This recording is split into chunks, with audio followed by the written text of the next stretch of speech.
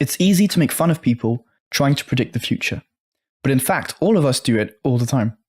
Predictions are essential to our ability to navigate a world where uncertainty is everywhere. The decisions you make in your life, for your business, or for your country cannot be smart unless they are informed by reliable predictions. That's why human brains are wired to make predictions all the time. Cognitive scientists, such as Yann LeCun, the artificial intelligence expert who co-invented deep learning algorithms, often says that prediction is the essence of intelligence itself. So if every brain is a forecasting machine, what do you think happens when many brains try to make predictions together? That's right, they become a super forecasting machine. This is the premise of so-called crowd forecasting, using the wisdom of crowds to predict the future. Crowd forecasting today is usually done in one of two ways. The first method is called a prediction market. It's essentially an online betting platform that lets people buy and sell predictions from each other. It looks and feels like a financial market, but instead of trading company stocks, participants trade predictions that will end up being right or wrong. Shares of correct predictions will eventually be worth 100 points, while shares of wrong predictions will be worth 0 points. The result is that the market price of a prediction measures its probability of coming true. The second method is called a prediction poll. It is a contest where participants are competing to give the most accurate probabilities for future events. So everyone just enters their probabilities, and then some smart algorithms consolidate everyone's guesswork into a collective forecast. The two methods yield similar results in terms of prediction accuracy, but most people find prediction polls easier. To feel the awesome power of crowd forecasting, you need to see it in action. So consider this experiment in disease prediction that was run in 2019 and 2020 by the Center for Health Security at Johns Hopkins University in collaboration with Hypermind. The goal was to predict infectious disease outbreaks around the world. So we recruited hundreds of public health experts, other medical professionals, and also some champion forecasters from the Hypermind prediction market. Altogether, 70% of the participants had some professional medical background. Over the course of 15 months, before and after the COVID-19 outbreak, we asked them to predict the severity of outbreaks for 19 infectious diseases. We asked 61 questions that had a total of 217 possible answers. So participants had to assign probabilities for 217 predictions, only 61 of which would come true. For example, at the beginning of the COVID-19 pandemic, we asked, how many countries will report at least 1,000 cases of COVID-19 before April 2020?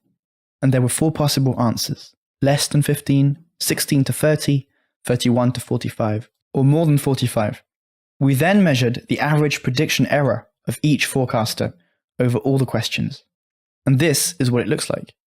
In this graph, every dot is one forecaster. The graph plots the prediction error, so the higher the dot, the worse the forecaster.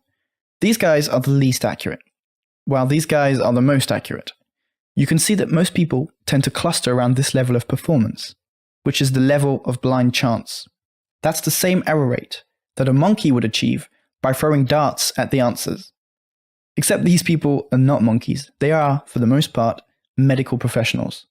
Yet only very few of them can make substantially better forecasts than a monkey, and many did much worse. So what this means is that individually, the forecasters are generally pretty bad. That's because the predictions are very difficult, and no one has all the information or expertise necessary to be correct most of the time.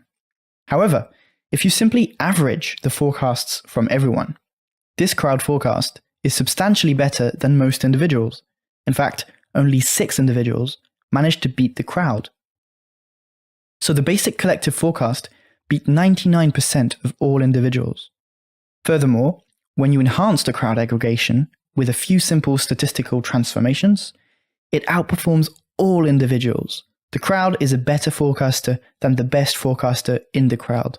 Another way to check the accuracy of the crowd forecasts is to ask, how many outcomes forecasted with probability P did occur? To test this, we gathered all the outcomes that were given, say, a 30% chance of happening. And then we looked at how many of those outcomes did in fact occur. We found that about 30% of them did occur. We looked at all the outcomes that were forecasted to have a 50% chance of happening, and we found that half of them did occur.